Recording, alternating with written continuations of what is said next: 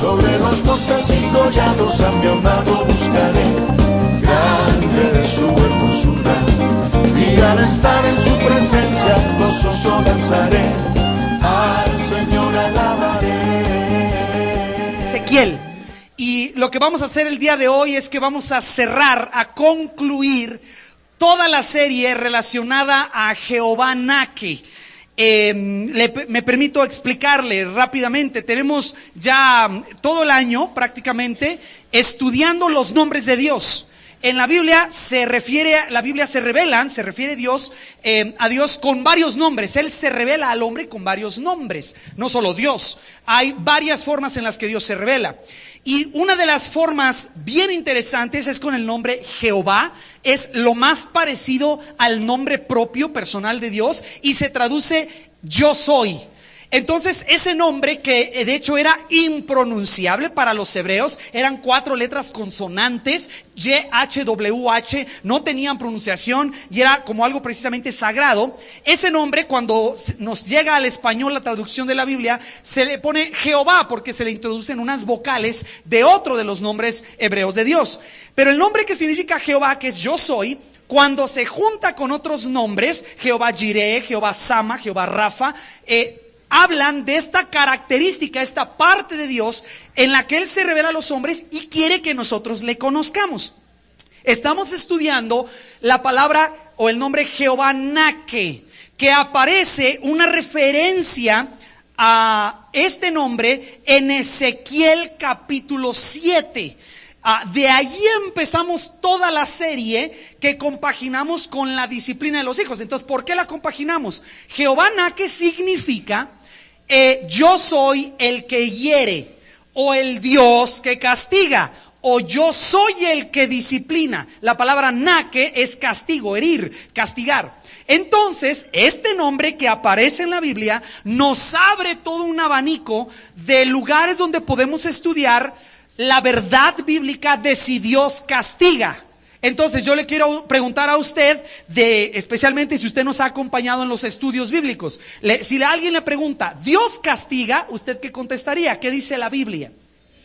Que sí. Ahora, es muy importante establecer esto. Cuando decimos que Dios castiga, no es, en la Biblia no se presenta la idea de un Dios iracundo, temperamental, que amanece un día de malas y te avienta un rayo, ¿verdad? O causa que te dejen fuera del metro porque está enojado contigo. No habla de un Dios temperamental que hace berrinches y te castiga porque te quiere arruinar la fiesta. Pero en ningún lado en la Biblia, que ese es el lado de la justicia de Dios, de la ira de Dios, tampoco se nos habla de un Dios que es tanto amor, pero tanto amor que si pecas no importa. Así como que hay amor y paz. Algunos se imaginan a Jesús como hippie, ¿no? Si han visto esa imagen, que Jesús anda descalzo con guarache como de los 60s, con una corona de flores, casi se lo imaginan, ¿no? Y a Jesús diciendo amor y paz y queremos solo amor y no queremos la guerra y peca y no pasa nada. Cuando tú te vas al extremo de pensar en Dios como solo amor y alguien te habla del infierno como habla la Biblia, dices, no, es imposible. El infierno no puede existir porque Dios es puro amor. Pero si tú te vas al extremo de hablar de la justicia de Dios, vas a pensar en un Dios castigador iracundo que solo está pensando en cómo hacerte la vida de cuadritos. Ninguno de estos dos extremos los enseña la Biblia. Son populares, te debo decir. La gente le gusta esta idea de puro amor, o algunos viven temiéndole a un Dios que quiere calcinarlos, ¿no? A la primera que se equivocan. Ninguna de estas dos ideas está soportada por la Biblia. La Biblia nos enseña que Jehová es un Dios de amor, pero también es un Dios justo que castiga el pecado.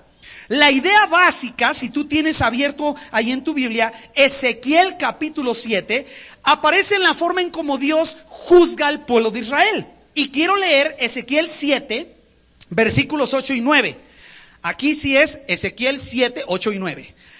Capítulo 7, verso 8, dice: ahora pronto derramaré mi ira sobre ti y cumpliré en ti mi furor, Dios hablándole a Israel, y te juzgaré según tus caminos y pondré sobre ti tus abominaciones. Y mi ojo no perdonará, fíjate eso, mi ojo no perdonará ni tendré misericordia, según tus caminos pondré sobre ti, y en medio de ti estarán tus abominaciones. Y sabréis, la última frase en su Biblia, ojo, que yo Jehová soy el que castiga. Si tú y yo leyéramos hebreo, ahí leeríamos y sabréis que yo Jehová Nake, ¿sí? O Maque, depende cómo lo leamos. Pero significa el que golpea, el que castiga, y sencillamente nos habla de la idea de un Dios que manifiesta su ira y su odio contra el pecado tuyo y mío. No se habla en la palabra que Dios pasa por alto el pecado y que cuando alguien peca nomás lo deja. Es tan buena onda, tan bonachón Dios, que se voltea y es como si tú y yo no hubiésemos hecho nada. Nunca se habla de eso. De hecho, en la Escritura se nos comenta, se nos dice, escucha lo que dice el Salmo 5, porque tú no eres un Dios que se complace en la maldad. Es tan así, escucha, que el malo no habitará junto a ti. Los insensatos no estarán delante de tus ojos. Aborreces a todos los que hacen iniquidad. Destruirás a los que hablan mentira. Al hombre sanguinario y engañador abominará Jehová. Entonces, sí, claramente se habla en la Biblia que Dios aborrece el pecado. La buena noticia de la Biblia es que ese Dios que aborrece el pecado nos ama entrañablemente. Y aquí está la clave. Ojo, no voy a tener mucho tiempo para explicártelo, ya lo hemos explicado en otras ocasiones, pero aquí está la clave. ¿Cómo le hace Dios para salvarnos con amor, porque nos ama y nos quiere salvar, sin pasar por alto el pecado? Porque si Él es justo, tiene que castigar el pecado. Y lo pregunto de otra forma: ¿cómo le hace Dios para castigar el pecado justamente como merece ser castigado, pero al mismo tiempo salvarnos? Porque si castiga el pecado en mí, ¿qué me va a pasar? Estoy muerto. La paga del pecado es muerte. Entonces tu pecado y el mío no pueden ser pasados por alto. Dios no puede ser sobornado y yo decirle: ándale Diosito, dame chancita, es que soy humano. Ándale Diosito y mira, te doy más diezmo. Yo no puedo sobornar a Dios. Y Él no puede simplemente decirme: bueno, está bien, voy a voltearme y a la de 3 se va a desaparecer el pecado. Él es justo y el pecado tiene que ser castigado. ¿Cómo castiga el pecado y tú y yo tenemos vida? ¿Cómo le hace Dios? La noticia para eso aparece en la Biblia y es muy simple. Dios en su sabiduría nos ama tanto, pero al mismo tiempo tiene que castigar el pecado, que lo que Él hizo fue mandar a su propio Hijo, la segunda persona de la Trinidad, el Hijo de Dios. Se hizo como un hombre sin pecado, pero aún de vivir sin pecado, murió en una cruz, cargando tus pecados y los míos. ¿Qué está haciendo Dios ahí? Está castigando el pecado. ¿Cuál pecado? ¿El de Él? No, el tuyo y el mío. Fue llevado por Jesucristo en la cruz. ¿Por qué hizo Dios eso? Porque nos ama tanto que puso a su propio Hijo para expiar, limpiar, perdonar nuestros pecados. Y de esa manera tu pecado y el mío son castigados en Cristo, pero al mismo tiempo el Padre nos ama y nos da la posibilidad de ser salvos. ¿Cómo le hacemos para juntar las dos cosas? La Biblia nos enseña que si tú y yo tomamos la decisión de creer en Jesucristo y en ese sacrificio y confiamos en lo que Él hizo, el Padre promete perdonar tus pecados. Literalmente no le deberías nada. Eres limpio, has sido perdonado. ¿Por qué? ¿Fue gratis o porque se volteó? No, tu pecado y el mío fueron pagados en la cruz del Calvario por mi Señor Jesucristo. Esa verdad, esa fe que ponemos en Él, es el ejemplo perfecto de cómo se junta el amor de Dios y la ira de Dios por el pecado. Entonces quiero ser muy claro: Dios no es que hoy, como estamos en la gracia, el Señor tolera, aguanta el pecado. No, Él sigue detestando el pecado. Siempre lo va a castigar, pero nos ama tanto que ha enviado a su Hijo Jesucristo para que toda aquella persona que quiera ser salva no se pierda, sino que tenga vida eterna. ¿Qué se necesita para la salvación? Fe en Jesucristo. Es gratis, nadie te la puede vender, nadie te puede cobrar por acercarte a Dios y que Él perdone tu pecado. Interesante, nadie te lo puede impedir. Tú puedes, si Dios sabes que está hablando a tu corazón, entregarle hoy tu vida. ¿Por qué? Porque Él te ofrece perdón habiendo castigado tu pecado en su propio Hijo. No fue gratis. Entonces Jehová Nake nos habla de esta justicia y este juicio de Dios. Un Dios que no pasa por alto el pecado, quiero que escuches estos textos. Se habla de Jehová, que guarda misericordia a millares, que perdona la iniquidad, la rebelión y el pecado, pero que de ningún modo tendrá por inocente al malvado. Se nos habla de Jehová, Nahum 1:3, que es tardo para la ira y grande en poder, pero no tendrá por inocente al culpable. ¿Observan? Las dos cosas, un Dios misericordioso que ofrece perdón, pero uno que no pasa por alto si tú tienes o yo tengo todavía mi problema de pecado ahí enfrente. Entonces, esto es Jehová Naque. Ahora, por favor, sígame un minuto aquí.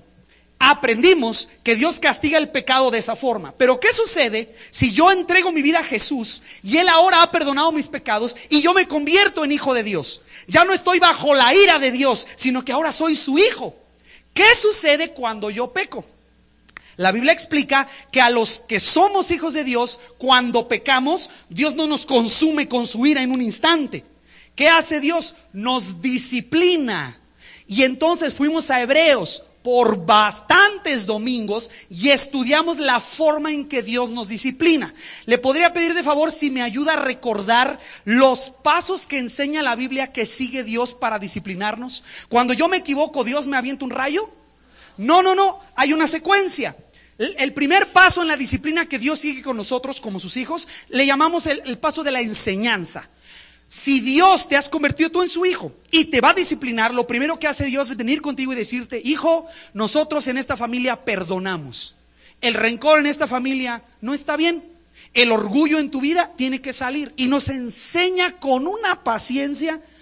Cuando tú vienes a la iglesia y oras, oyes cosas de la Biblia, en la mañana si estuviste en el estudio de la familia y escuchaste sobre la visión, eso es Dios enseñándote. Mira, aquí en la familia, si tú eres mi hijo, las cosas se hacen así. Pero si yo no obedezco y me rebelo y no quiero entender lo que Dios me enseña, ¿cuál es el segundo paso? ¿Se acuerdan? La enseñanza es uno, la exhortación es el dos. Es decir, viene el padre, se sienta a mi lado, me agarra de un hombro y me dice: hijo, tú no puedes desobedecer lo que te estoy enseñando. Ánimo. Vamos, tú puedes ser diferente. Te he dado mi espíritu, te he dado el poder de perdonar, te he dado el poder de cambiar tus groserías. Tú eres diferente, puedes dejar ese cigarro. Y Él te está animando. Esa es una exhortación. Aquel que se pone al lado del atleta y le aplaude y le anima. Si yo decido desobedecer la enseñanza y decido desobedecer la exhortación, el padre usa el tercer nivel, digamos así, de la disciplina. ¿Se acuerda cómo se llama? La reprensión. Que esa es una disciplina aplicada de afuera hacia adentro más fuerte, donde se busca sacar a la luz el pecado, y debido a las consecuencias del pecado, a la vergüenza que causa el pecado, se quiere causar una convicción de que lo que yo estoy haciendo está mal. Más parecido a un papá que viene y se acerca y te enseña, y si no lo hiciste bien, te anima 1, 2 y 3 veces, y si sigues sin entender, te pone una buena regañada. De esas que te hacen sentir mal, de esas que te avergüenzan, de esas que duelen. No te toca, pero duelen. ¿Qué sucede si yo sigo de rebelde? No aprendí la enseñanza, me rebelo y me exhorta el padre y no entiendo. Y luego el padre usa la reprensión, pero sigo sin entender. ¿Recuerdan cuál es el cuarto paso en la disciplina? El azote. Cuando Dios, en su sabiduría y de forma perfecta, siempre por amor, no porque está enojado, decide darte una buena, darte duro, con el propósito de que arregles tu vida, por amor, no porque esté enojado. Pero es el extremo de la disciplina, no es la primera estrategia. Y entonces, durante varios domingos, están en internet los estudios. Aprendimos que yo como papá aprendo que debo hacer lo mismo con mis hijos. Enseñarles primero. No los puedo regañar de algo que no les he enseñado. No los puedo animar a hacer cosas que no les he mostrado cómo se hacen. Empiezo con eso. Segundo, los animo a hacerlo y los recuerdo una y otra vez. Tienes que levantar tus chones del baño después de bañarte. Tienes que agarrar tu ropa y ponerla ya. Y repetir una y otra vez: lávate los dientes. Usted sabe de qué hablo, ¿verdad? No puedo pegarle a la primera que le dije: lávate los dientes. No se los lava y pum, se los tumbo para que no se le piquen. No. Enseño. Una vez que enseño, exhorto, ánimo, tienes que hacerlo, repito. Pero ¿qué si mi hijo me desafía y me dice, no me quiero lavar los dientes, no obedece?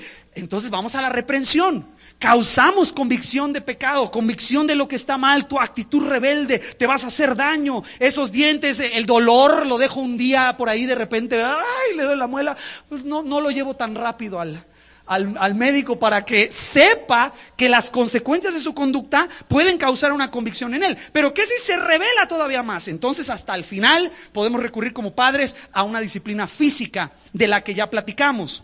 Sí, y sé que hay o pudo haber muchas preguntas al respecto, pero tratamos de ser lo más claro que pudiéramos sobre ese asunto.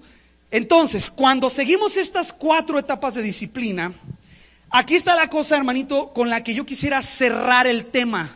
No porque es todo lo que hay que decir, sino simplemente porque hay que cerrar el tema y avanzar en los nombres de Dios que tenemos adelante y otras cosas.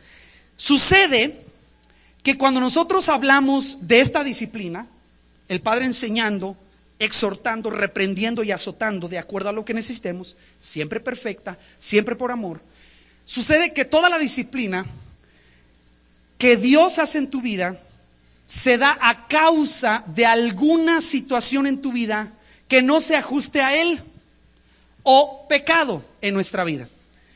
Pero el detalle es que la Biblia nos enseña que el pecado nace, brota del corazón del hombre. Bíblicamente el Nuevo Testamento nos enseña que el pecado no es algo que anda allá afuera, atrás de una esquina, y que cuando tú pasas, ¡pum!, te cae el pecado y te atrapó.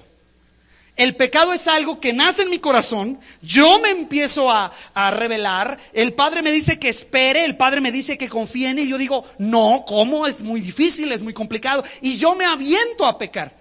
Entonces la Biblia nos enseña que el pecado no viene del exterior hacia nuestra vida, sino que del corazón nacen, dice Jesús, los malos pensamientos, los odios, los hurtos, los adulterios. Todo viene de un corazón que está tendido hacia el mal. El pecado entonces, escuche bien lo que estoy explicando, crece en lo oscurito. En tu corazón, allí cuando nadie te ve y donde nadie me ve a mí, es donde el pecado empieza a crecer y es donde yo me empiezo a rebelar ante Dios. El detalle es que muchas veces nosotros pensamos que cuando Dios está tratando mi pecado, solo trata el pecado que se ve. Y ese es el error que cometemos, que Jehová Naque, el Dios que me disciplina por el pecado que se me nota. Entonces, si yo te hiciera una pregunta, dime 2 pecados que se te noten. No me contestes en voz alta, pero que se notan. No, pues es que soy bien gritón. Y todos en mi familia saben que no controlo mi carácter. Bueno, de acuerdo a la Biblia, eso es pecado. Porque si tu carácter te domina a ti, entonces ¿quién manda? ¿No? El fruto del Espíritu, una de las manifestaciones del fruto es dominio propio. Entonces, si tu carácter te domina y terminas ahí picándole los ojos a todo el mundo y golpeando y gritando y ofendiendo, eso es pecado. Es un pecado que se nota. La pregunta es, ¿solo Dios te va a disciplinar de ese pecado o también de los pecados ocultos? Los que nadie sabe. Dice Isaías, escuchen solamente, ay de los que se esconden de Jehová, entre comillas, ¿no? Encubriendo el consejo y sus obras están en tinieblas y dicen, ¿quién nos ve y quién nos conoce? Juan enseña que todo el que hace lo malo aborrece la luz y no viene a la luz para que sus obras no sean reprendidas. Si nos fijamos bien, entonces notaremos que el pecado que es visible, cuando ya se nota, es porque adentro, en el corazón, ya sucedieron un montón de problemas. Ya tenemos muchas dificultades. Y la idea de la palabra de Dios es que es tan delicado y tan importante tratar el pecado que se ve en tu vida como tratar el pecado que no se ve. Un ejemplo que te quiero poner. Cuando tú y yo pensamos, y aquí hay que ser muy francos, ¿sale? Bien derechos. Si tú y yo pensamos en un cristiano aquí de nuestra iglesia que haya cometido adulterio, ¿saben qué es eso, verdad? No les tengo que explicar. Gracias que no les tengo que explicar. Cometió adulterio. Eso es algo que en muchas ocasiones es ya visible, se nota, nos damos cuenta. Y tenemos un varón, vamos a pensar en este ejemplo, soltero, X edad, entre 30 a 35 años, que ve pornografía en su computadora. Y nadie se da cuenta. Solo Dios y él saben, porque lo esconde bien, porque sabe hacerlo. Ve pornografía. Pero acá tenemos a un varón que cometió adulterio. Este pecado se ve, aquel pecado no se ve. ¿Por cuál nos disciplina Dios? Por los dos. Ahora, ¿qué es lo interesante? Fíjate bien. La raíz del pecado de adulterio, ¿quién me podría decir cuál es? La raíz del pecado. O sea, yo tengo que tener algo en el corazón para salir de mi matrimonio y engañar a mi esposa y hacer eso prácticamente. ¿Cuál será la raíz? ¿Quién de ustedes me dice? ¿Falta de amor? ¿No? ¿No? ¿Quién da más? ¿Qué lleva a una persona que está casada y prometió amar a otro todos los días de su vida a voltear para otro lado e ir y buscar? Bueno, no tiene compromiso, ¿verdad? Le falta compromiso. Pero ¿cuál es el pecado en el corazón? Lascivia. Lascivia. Escuche, la falta de contentamiento en mi vida sexual con mi esposa. Que eso es lo que es el matrimonio. He prometido ser fiel a mi esposa y entonces he decidido que toda satisfacción sexual en mi vida vendrá solamente a través de mi esposa. Eso es el matrimonio. No es decir, ya no voy a sentir nada. No, seguimos siendo seres sexuados que Dios nos creó para vivir nuestra sexualidad, pero Él ha dicho que solo en el contexto del matrimonio. Entonces, ¿qué lleva a una persona a salir de allí y pecar con adulterio? Lascivia. ¿Qué tiene a un hombre? Sucede con mujeres en una computadora viendo imágenes de pornografía. Lascivia. ¿Es más grave el pecado de adulterio? No, tiene más consecuencias. Consecuencias terribles para ti, para tu esposa, para tus hijos, para la persona con quien has engañado a tu esposa, para la familia de esa persona, para tu iglesia y para tu célula. Tiene consecuencias terribles. Pero la raíz de ese pecado, que se llama lascivia, es la misma que a este joven lo tiene en una computadora diario, viendo ahí y recurriendo a masturbación. ¿Cuál es la raíz del asunto? Lascivia. Pero ¿cuál es la diferencia? Aquel se ve y hace un salpicadero, ¿no? Gente ofendida por aquí, gente ofendida por allá. Se nota, se ve el pecado. Pero este no se ve, crece en lo oscurito. Pero te digo una cosa, bíblicamente tiene más esperanza un adúltero a quien Dios le ha sacado a la luz su pecado, que una persona que está viendo pornografía y solo él sabe.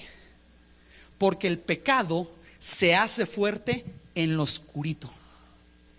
Los pecados tuyos y míos que nadie ve son los que más nos esclavizan. Aquellos pecados que no controlo y se me salen y se hacen públicos, ya por ser públicos. ¿Qué aprendimos en la reprensión? Dios usa la vergüenza para darte una reprensión, ¿sí o no? Pero cuando son pecados ocultos, nadie sabe y nadie supo. Y se hacen fuertes ahí. Y yo sé que algunos de ustedes saben que Dios les está hablando. Puedes vivir años esclavo de pecados ocultos. Ocultos ante nosotros. Pero por supuesto, la Biblia enseña que Dios sabe todas esas cosas. Déjame ponerte otro ejemplo. Podemos tener a una persona que es iracunda, enojón, y viene a senda de vida. Y entonces anda siempre enojado y siempre replicando por todo, ya en la gente y nada le gusta. Y pasa por los sugieres ahí y los sugieres no lo saludan.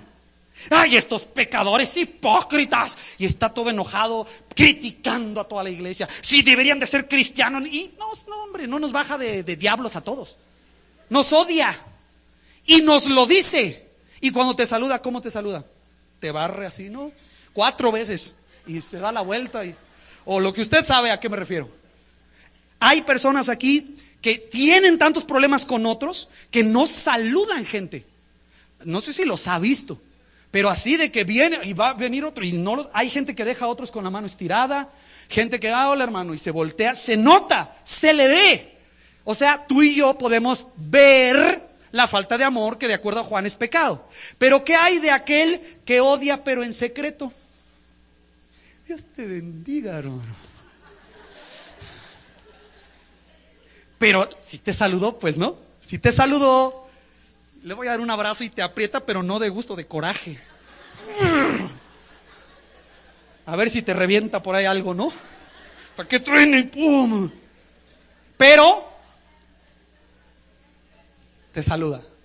Entonces la pregunta es, ¿qué quiere disciplinar Dios? ¿Aquel iracundo que se pelea con todos o aquel que odia en secreto? Los dos. Porque la raíz es la misma, pero uno se ve y el otro no se ve, o por lo menos podemos intentar esconderlo lo más que podamos. Quiero pedirte, ¿estás en Ezequiel en tu Biblia? ¿Me acompañas a un libro del Nuevo Testamento, el Evangelio de Lucas? Por favor, vamos a abrir nuestras Biblias. Lucas 12.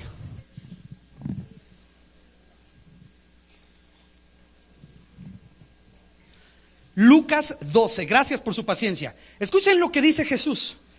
Lucas 12, el verso 2. Empiezo a leer de allí. Si no sabes dónde estamos, pídele ahí a la persona que está a tu lado que te ayude a encontrar Lucas 12. Lo que vas a leer son palabras de Jesús y él dice esto.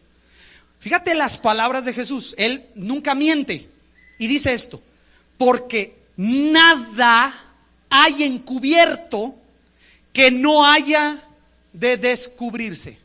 Piensa por favor unos segunditos en esa frase de Jesús.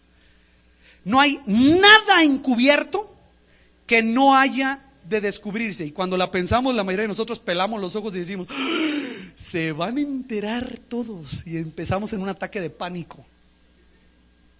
Jesús dice: nada hay encubierto que no haya de descubrirse. Sigue leyendo. Ni oculto que no haya de saberse. Rapidito, así una cuenta rápida, así de volada. ¿Cuántos secretos tienes? Números, no me digas números. ¿Tienes cosas secretas? O tú dirías: no, yo no tengo secretos. Yo por eso soy el enojón. Yo no odio en secreto, yo odio en público. Y dices: bueno, ya tienes más ventaja porque de perdida ya sabes en qué hay que trabajar. Pero como te explico, el que está en lo oculto está bien complicado porque está en lo oscurito y en el pecado en lo oscurito se hace fuerte. Entonces mi Señor dice que todas esas cosas que están ocultas en un momento se van a descubrir, las cosas que están encubiertas se van a saber. Versículo 3: por tanto, todo lo que habéis dicho en tinieblas, a la luz se oirá. ¿Cuántos de ustedes le han dicho a alguien: oye, aquí entre nos? Híjole, esa palabra me da miedo cuando la oigo. Te voy a decir algo, no es un chisme. Y te voy a decir un chisme, ¿no? No es. Y dices algo, ¿no les ha pasado que ustedes ni saben cómo algo que tú le dijiste a una persona con toda tu confianza, al rato te llega por acá después de haber dado 15 vueltas? ¿Y tú cómo te enteraste de eso? Un pajarito. Se avientan esas. La Biblia dice, qué curioso: todo lo que habéis dicho en tinieblas, a la luz se oirá, y lo que habéis hablado al oído en los aposentos se proclamará en las azoteas. ¡Wow! Eclesiastés dice: Dios traerá toda obra a juicio juntamente con toda cosa encubierta, sea buena o sea mala. O sea, lo que estoy explicando, tienes que entender. Escúcheme por favor. Tienes que entender que una de las cosas más importantes que Dios hace cuando te está disciplinando es tratar con tu pecado oculto. ¿Y qué hace Dios? Lo saca a la luz.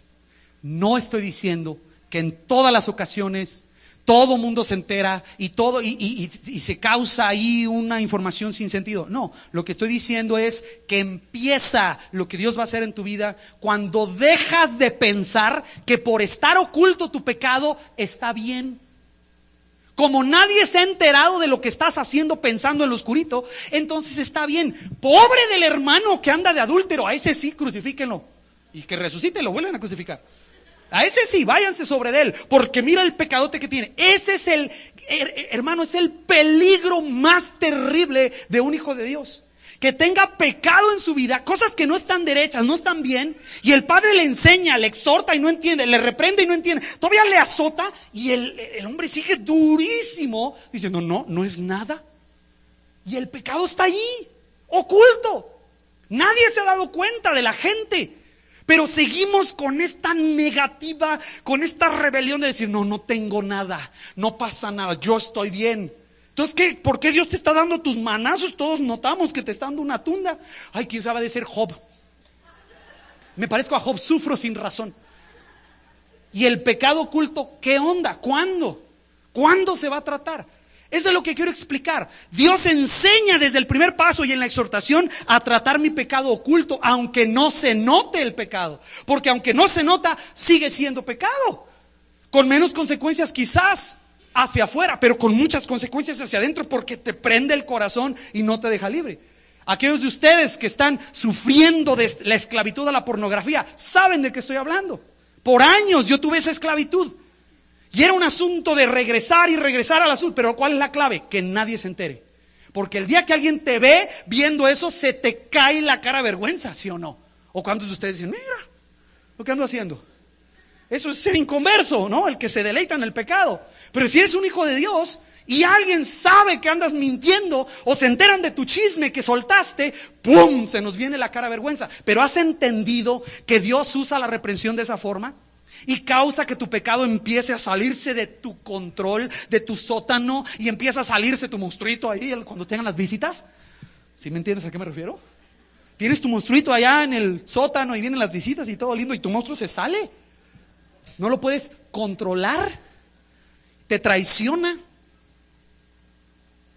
Tu odio a ciertas personas se sale en un comentario. Tu rencor en el corazón sale en palabras. Tu lascivia te voltea el ojo. O los dos. Uno se vería raro, pero ¿qué es el riesgo? Pensar que puedo reducir, mitigar, anular o hacer menos dañino el pecado cuando lo mantengo en secreto. Es peor, hermano, cuando tú y yo pensamos que somos mejores que otros porque nuestro pecado sigue privado. ¿Ha oído ese dicho de la ropa sucia se lava en casa? Es la idea de que cada quien su asunto, y sí, tiene la idea de la discreción, que tiene una parte válida, pero el otro lado de la moneda es esta idea equivocada de que tú y yo podemos esconder el pecado y entonces todo está bien. Mientras no se note, todo está bien. Lo que te quiero explicar es que la Biblia enseña con claridad que tapar tu pecado te hunde más. Tapar tu pecado te esclaviza más. Proverbios enseña, el que encubre sus pecados, Proverbios 28, 13, la mayoría de ustedes lo conocen, el que encubre sus pecados no prosperará, mas el que los confiesa y se aparta alcanzará misericordia. Y el verso 14 dice, bienaventurado el hombre que siempre teme a Dios, mas el que endurece su corazón caerá en el mal. La pregunta es, ¿cuánto tiempo crees que puedas estar escondiendo tu pecado? Tenemos que aprender, pues es la idea de Jehová Nake, para cerrar la idea, que debemos de tratar los pecados, especialmente aquellos que tú y yo llamamos ocultos. Y déjenme por 30 segundos explicar algo aquí. En esta iglesia no creemos que tenemos que exponer el pecado de todo mundo, pero tampoco somos una iglesia que pretendemos que nadie hace nada. Y quiero ser muy claro en el asunto. Nunca andamos diciendo, no, el hermano pecó. No es cierto, si es un santo. Nunca decimos lo que no es cierto. Pero tampoco se trata de andar exponiendo a la gente. Hay una lista ahí al frente cuando llega usted. Aquí está el hermano Alejandro adúltero. Aquí está el hermano Alejandro pecador, mentiroso. No se trata de poner a la gente aquí un sello. Aquí está el chismoso, el pecador, el metiche, el enojón. Porque no estamos aquí para eso. Pero nunca en esta iglesia, si alguien está pecando, decimos, muy bien muchachito, yo me callo si tú te mochas, yo no digo nada si tú eres mi amigo. Y algunas personas piensan que porque a una persona la tratamos de una manera y a otra de otra, tenemos o existen en el liderazgo favoritismos. Hay formas bíblicas de tratar el pecado. Hay formas bíblicas de tratar el pecado en la iglesia.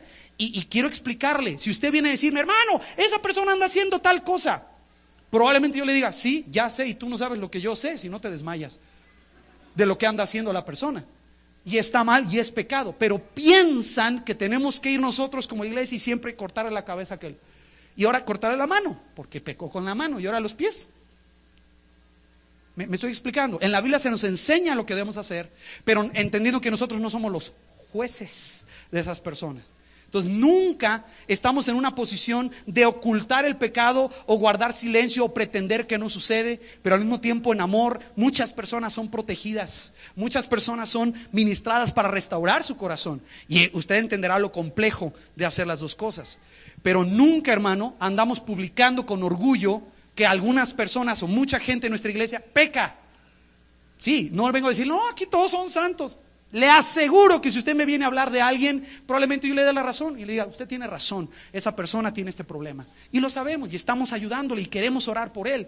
Pero nunca es la idea de que nosotros le decimos que está bien lo que está haciendo. ¿De qué tenemos que cuidarnos entonces? Si el Padre me disciplina de los pecados ocultos y tú no estás reconociendo el pecado, tienes que tener mucho cuidado con lo que voy a explicar enseguida. Y derecho aquí, cada uno como nos toque, tenemos que hacer alguna aplicación. ¿Qué sucede si yo tengo un pecado en mi vida que todavía no se sale?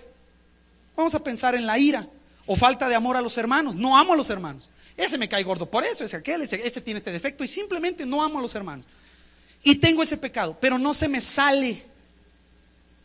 Piensen ustedes, ¿qué habilidad tengo que tener para estar enojado con una persona y no demostrárselo?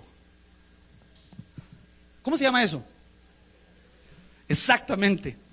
Tengo que hacerme un hipócrita de primera. Y hay personas que son buenísimos en eso. Podemos hacernos expertos en eso.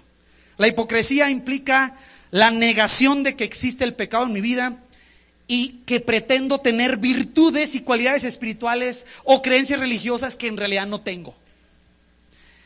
Es el concepto normal, que sus acciones niegan lo que dice ser o lo que dice creer. Pero mira qué es lo más interesante.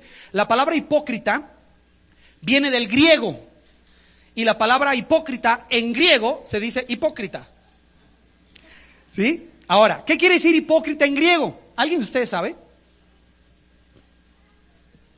Hipócrates quiere decir actor. Actor.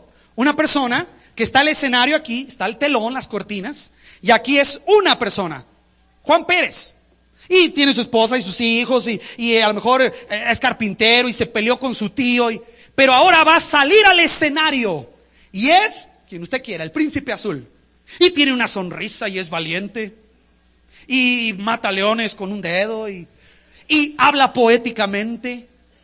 Aquí, cuando termina el show, regresa detrás del escenario y es otra vez Juan Pérez. Acá es Hipócrates, un actor que porque hay gente al frente, hay un público y el público espera que yo lo entretenga, entonces tengo que hacer esto y malabares y hace aquello y se avienta, es capaz de tirarse al suelo y lastimarse, no le hace todo por el amor al arte, ¿no? Ahí está actuando, termina ese show y regresa detrás de la cortina y es Juan Pérez, el que todos conocen. El hipócrita es el actor que actúa de una forma cuando está en público, pero que cuando nadie lo ve, regresa a su verdadero carácter. Entonces, lo interesante es que Jesús habla en Mateo de lo triste que es, escuche, esto es clave, lo triste que es cuando una persona se rebaja a tener que actuar de una forma porque lo están viendo. Piense un segundo en eso. Se rebaja a tener que actuar de una manera solamente porque lo están viendo. Y Jesús enseña en Mateo 6 que eso se debe a no conocer al Padre personalmente. Puedes haber oído del Padre, pero no se conoce al Padre personalmente. En Mateo 6, yo le invito a que usted lo lea en su casa, no tendríamos el tiempo de leerlo ahora, pero con un ejemplo nada más de Jesús, dice: no sean como los hombres que aman el orar en las esquinas y puestos de pie están orando.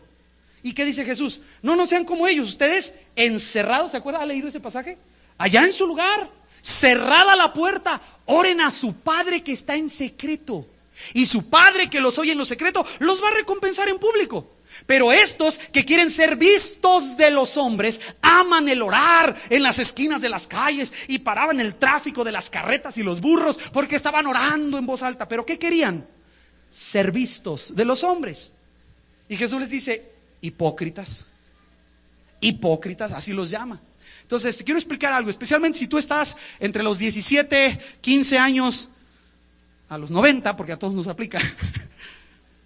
Te quiero platicar en los siguientes minutos que me quedan, que no son muchos, de lo grave que puede ser eso. Porque esto se convierte en esta necesidad constante de aprobación de las personas. Y ojo, los que usan Facebook, esto es en serio. Si pones algo en Facebook y solo tienes 2 likes, ¿cómo te va? ¿Cómo te pega? Y si el compañerito allá tiene 50 likes, ¿qué dice eso de ti? Si todos a tu foto, ahí donde sales, ¿verdad? No estaba inconveniente, le ponen nomás 2, ¡ay, me gusta! Y a la otra foto del gato le ponen 500, ¿qué efecto tiene en ti? ¿Qué tanta aprobación de la gente necesitas tú? Se han hecho experimentos, si hay aquí psicólogos o sociólogos, pueden platicar horas de los experimentos que se han hecho sobre la presión grupal, lo que puede causar que toda la gente quiere algo y hacer que las personas nieguen las cosas más básicas o sus instintos más básicos y esenciales por la presión del grupo, por lo que van a decir los demás. Y por eso, porque ¿qué van a decir?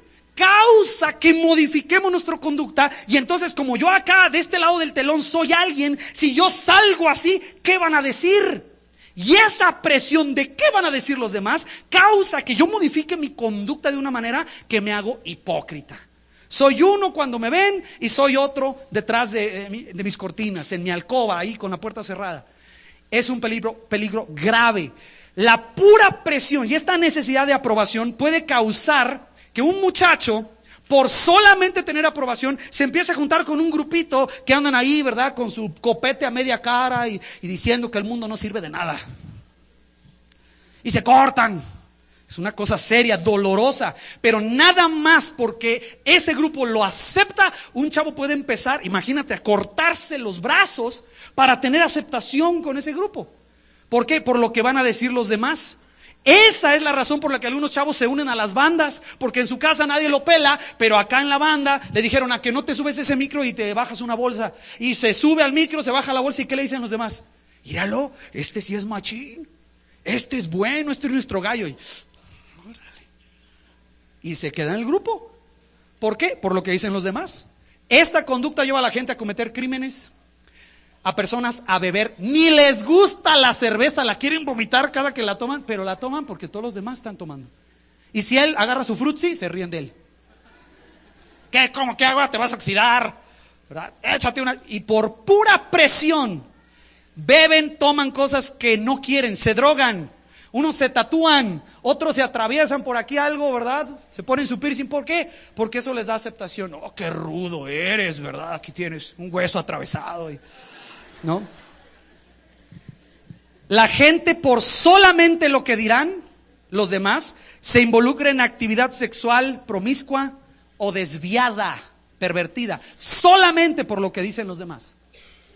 La gente puede dejar principios esenciales de su creencia, sus convicciones, solamente para ser aceptados. Personas en su trabajo son dispuestos a dejar sus principios para que les den unos 300 pesos más en su salario. ¿Por qué? Por lo que van a decir los demás.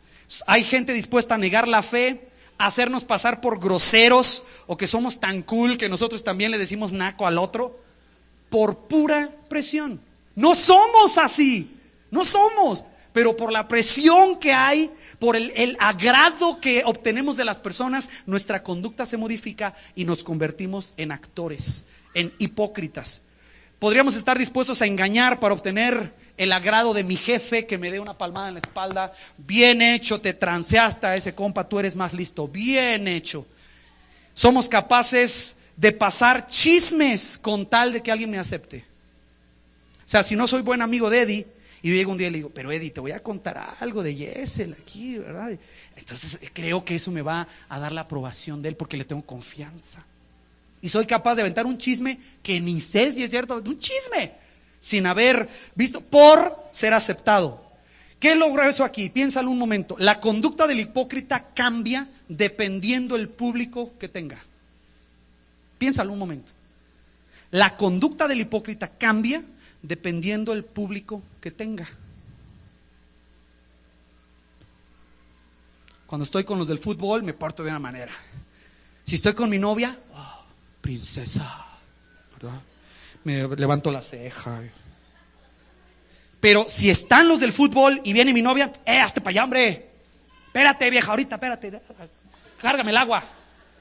Cambio. Si voy con mi suegra, suegrita, ponga. Salgo de mi suegra, vieja, no sé qué. Entonces soy de una forma y dependiendo el público que haya. Si usted vive así, va a entender lo horrible. Escúcheme en serio, lo horrible que es vivir así. Siempre cuidándote quién te está viendo, siempre cuidándote qué piensan los demás. Y la Biblia dice que eso sucede porque no conocemos personalmente a Dios. ¿Quién es quien me da su aprobación cuando yo soy su hijo? Que es de quien necesito la aprobación verdadera, es de Dios.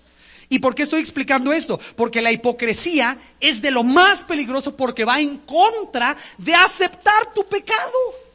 El más peligroso aquí no es el iracundo que se enoja y se le nota el pecado. Curiosamente, tampoco es el que tiene solo el pecado oculto. El más peligroso, el que está en la situación más gruesa, es aquel que tiene el pecado oculto y dice que no. Lo niega. Al contrario, si yo soy bien chido, bien santo. No, es que yo creo que a lo mejor tienes un problema con ese hermano, por eso no le hablas, tienes rencor en tu corazón. No, al contrario, yo lo amo mucho. Mucho lo amo. No, y pretende tener una cualidad de amor que no tiene. O sea, este hermano se le nota, ¿no? Y podemos orar por él y está más cerca de resolver su problema. Pero ¿qué hay cuando está oculto el pecado? Pues ahí está grave. Pero cuando está oculto y pretendemos que tenemos una virtud en lugar de tener un pecado, la Biblia le llama hipocresía. Y la hipocresía va en contra de tratar tus pecados ocultos. Termino explicándote lo que Jesús dijo una vez en una parábola. Dijo que en el templo habían llegado dos hombres a orar y uno se acercó hasta el frente, era un fariseo, y dijo: Señor, yo te doy gracias que no soy como estos pecadores y estos publicanos. Gracias, Señor. Y dice Jesús que allá de lejos había un publicano que de rodillas se golpeaba el pecho y decía: Señor, yo soy pecador, ten misericordia de mí. Y Jesús pregunta: ¿quién creen que se regresó a su casa justificado? ¿El soberbio que decía que no tenía nada? ¿O aquel que se humilla y reconoce su pecado? Y Jesús dice: porque los sanos no tienen necesidad de médico, sino los enfermos.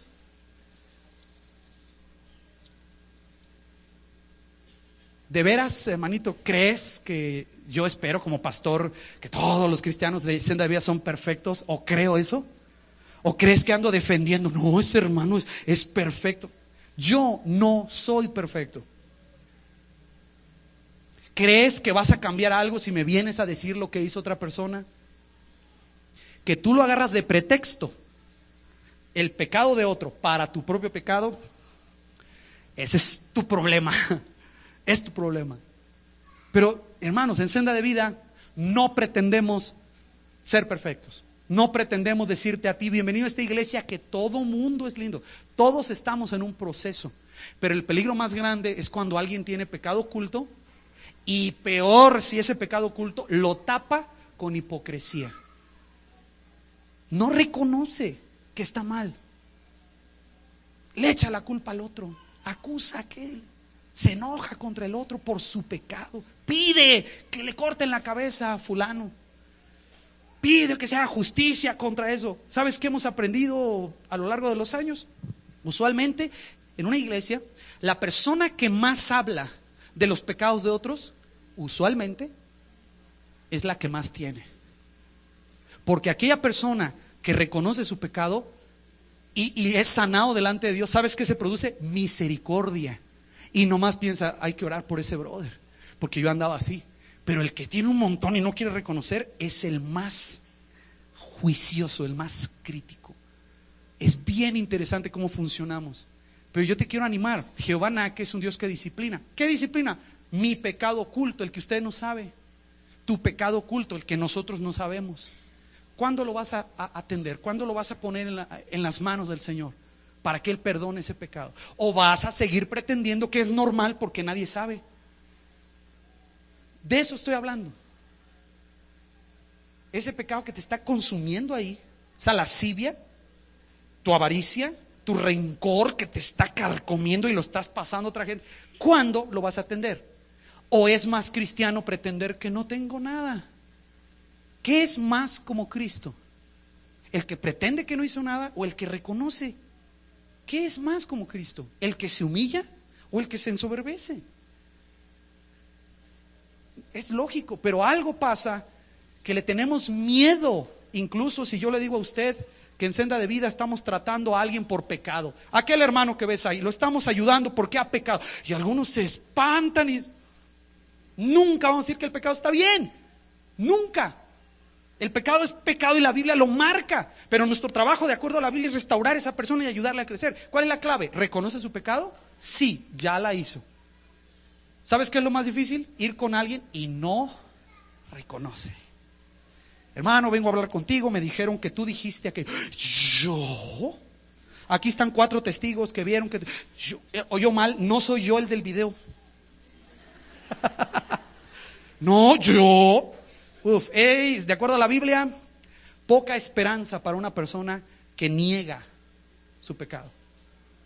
Pero si lo confesamos y nos apartamos, dice la Biblia, alcanzaremos misericordia. ¿De qué se trata el cristianismo? A ver, hermanos, ¿gente perfecta, infalible? ¿O personas que han aprendido a humillarse delante de Dios para corregir su pecado? ¿De quién hay más esperanza? ¿Del fariseo que está al frente diciendo que no es como los demás? ¿O del publicano que está en el fondo pidiendo perdón por su pecado? Así de sencillo. Entonces quiero aclarar, no pretendemos en Senda de Vida ser gente perfecta. No pretendemos decir que los líderes nunca se equivocan. Pero el pecado es pecado y se trata bíblicamente. Lo peor es cuando no se reconoce. Jehová Naque solo disciplina el pecado público. No. Disciplina la lascivia del adúltero como la lascivia del que está adicto a pornografía. El odio del gritón como la falta de amor del que da besos.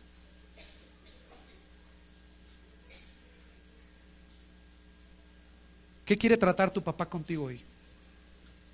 Ya. De una vez. ¿Qué quiere tratar tu padre contigo? ¿Te puedo preguntar cuánto tiempo puedes seguir escondiendo lo que estás haciendo? ¿Qué tan listo eres para mantenerlo secreto?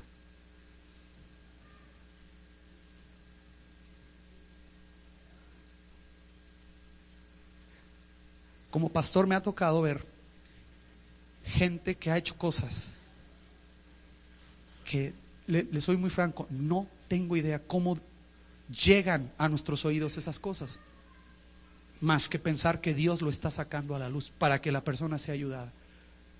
Cosas tan íntimas de nuestra familia, de nuestros hermanos, que de alguna u otra forma Dios los saca a la luz para que sea sanado y sea atendido el pecado. Pero ¿sabes cuáles son los más difíciles? Los que nadie sabe. Solo tú. Te quiero pedir, hermano, tu santidad y el cambio de tu vida no viene cuando Dios arregla tus pecados que se ven.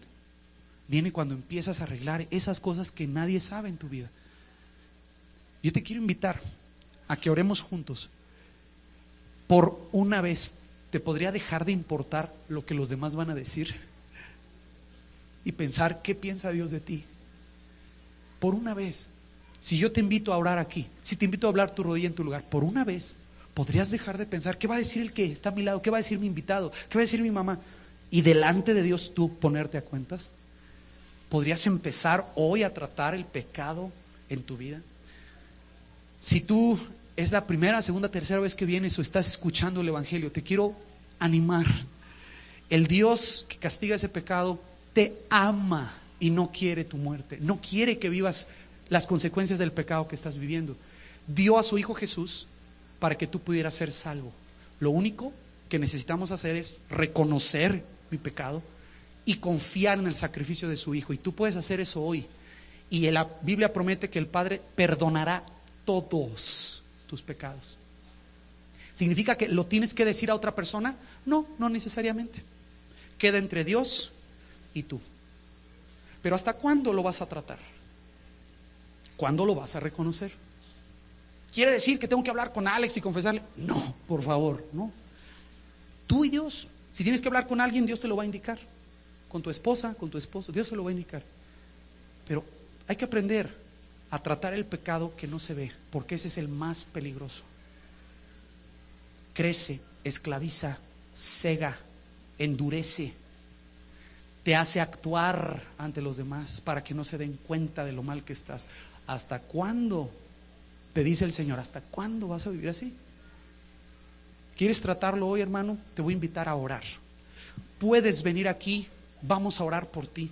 Puedes doblar tu rodilla en tu lugar, puedes ponerte de pie, puedes orar sentado. Por favor, que no te importe en este momento lo que los demás dicen. Dios está hablando contigo, te quiero invitar a orar. Señor, habemos varios aquí a quienes tú nos estás hablando con claridad.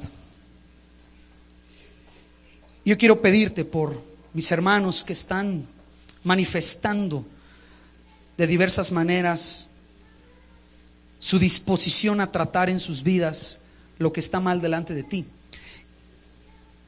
Y te pido, mi Padre, que me libres de mover emociones, me libres de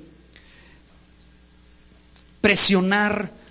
Mi oración es que sea tu Espíritu Santo el que mueva el corazón de todos los que estamos aquí hoy y nos muestres, nos recuerdes cuánto nos amas, pero que no podemos seguir así.